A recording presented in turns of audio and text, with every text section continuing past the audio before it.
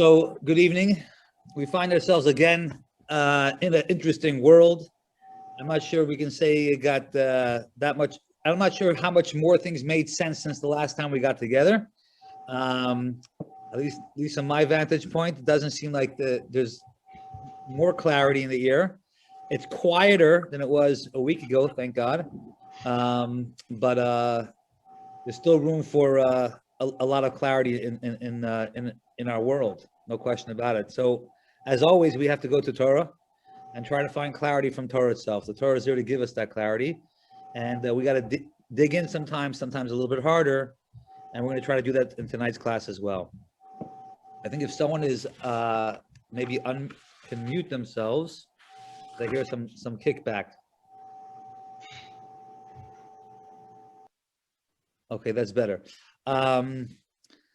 So this week's Torah portion is Behaalotecha, and the entire name, as we always talk about, has a certain credibility towards the whole portion. Behaalotecha means when you light up, referring to the menorah. Behaalotecha saneris.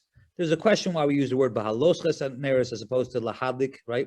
You write candles, lahadlik ner shel Shabbos, lahadlik ner shel Chanukah. Here it's Behaalotecha. It's a different expression. We'll come back to that. But the fact that the entire portion is called Behaalotecha means that that's the emphasis about this idea of lighting up the menorah. So we'll come back to that soon. I want to highlight an interesting halacha, and it's something that I, to be honest, I need to spend a little more time digging in myself to really understand what's going on here. I just touched upon it, and I thought I would share at least some idea into the class. We know that Aaron is the high priest, and the job of the high priest is, and the Kohanim in general, is to light the menorah. But there's a halacha, a very interesting halacha, that says that anyone, even if you're not a Kohen or Levite, you can light the menorah. Except we know that only the Kohen is allowed to go into the Kodesh. There was different compartments within the temple. And the Kodesh HaKodashim we're more familiar with, the Holy of Holies. That's where the high priest went once a year on Yom Kippur. That's where the Ark was. And the Kodesh was a room right next to it, adjacent to it, where it had, amongst other things, it had the menorah, the showbread.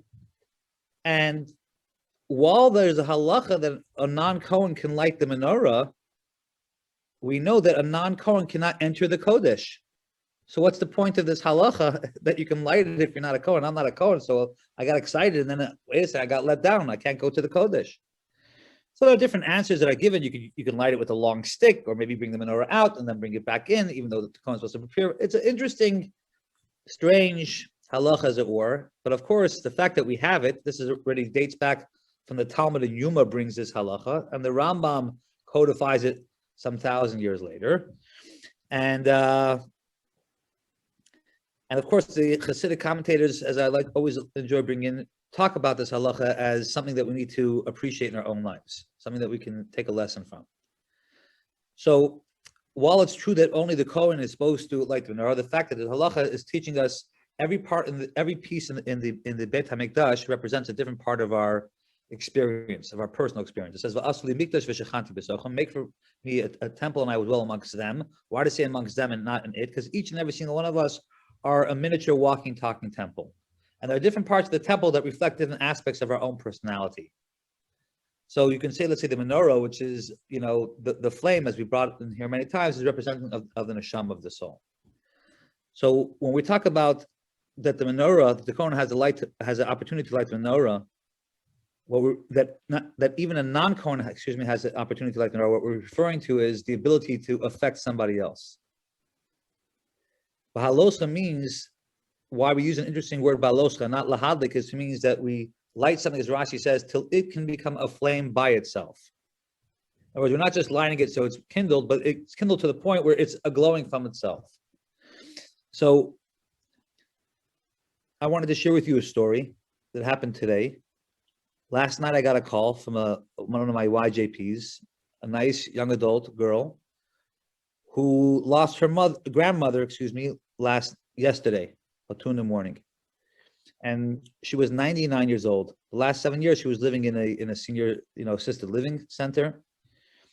And her story was just phenomenal. I mean, as a rabbi, you do your share of funerals, but this one stood out. This was a woman who survived all different kinds of persecutions, growing up in Leningrad and being sent to Siberia, and surviving communism, for surviving this war, for surviving that famine, and on and on and on. And she finally gets married afterwards, and her husband passes away 10 years later, and her brother. I mean, just non-stop hits.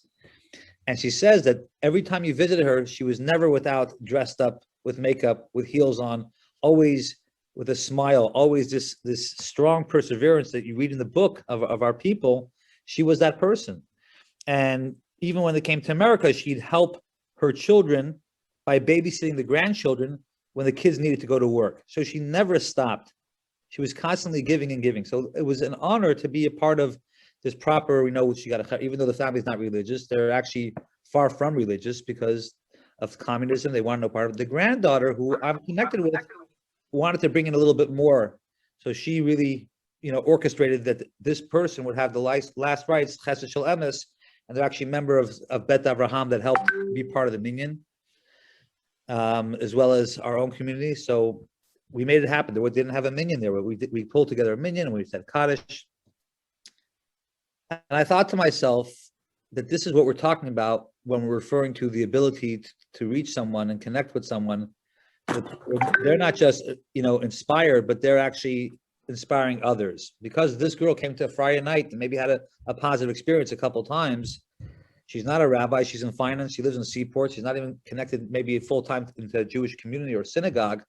But she got it. She got it so much that she was inspiring others, like her own family, to do a proper Chevra Kadisha, and of course, no cremation and these type of things. So it is possible, when we think about this halacha, that each and every single one of us can carry within our ability to influence our sphere into a positive point.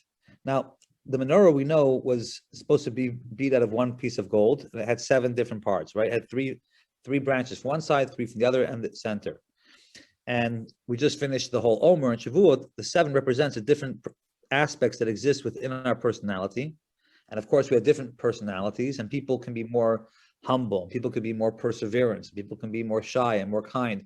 So yet the key, I think now more than ever, when it seems, maybe not in Jersey and maybe not in Boston, but everywhere else around the world, that we have difference of opinions of the Jewish people, is how do we handle what's going on?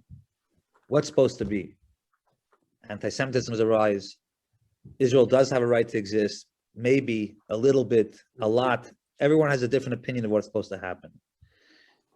I think that, at least from my perspective as a rabbi, I don't get into politics because it's a lose-lose, at least for me, it's a lose-lose. But one thing I can suggest, at least to anyone who's willing to listen, is when we go to the Parshat like this week, is 2 things.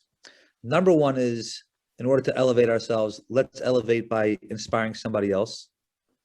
That you don't have to be a Kohen. It's not regulated to the rabbis. Every person has the ability to go ahead and reach someone, not just reach someone, but that they themselves can be aglow and be aflame.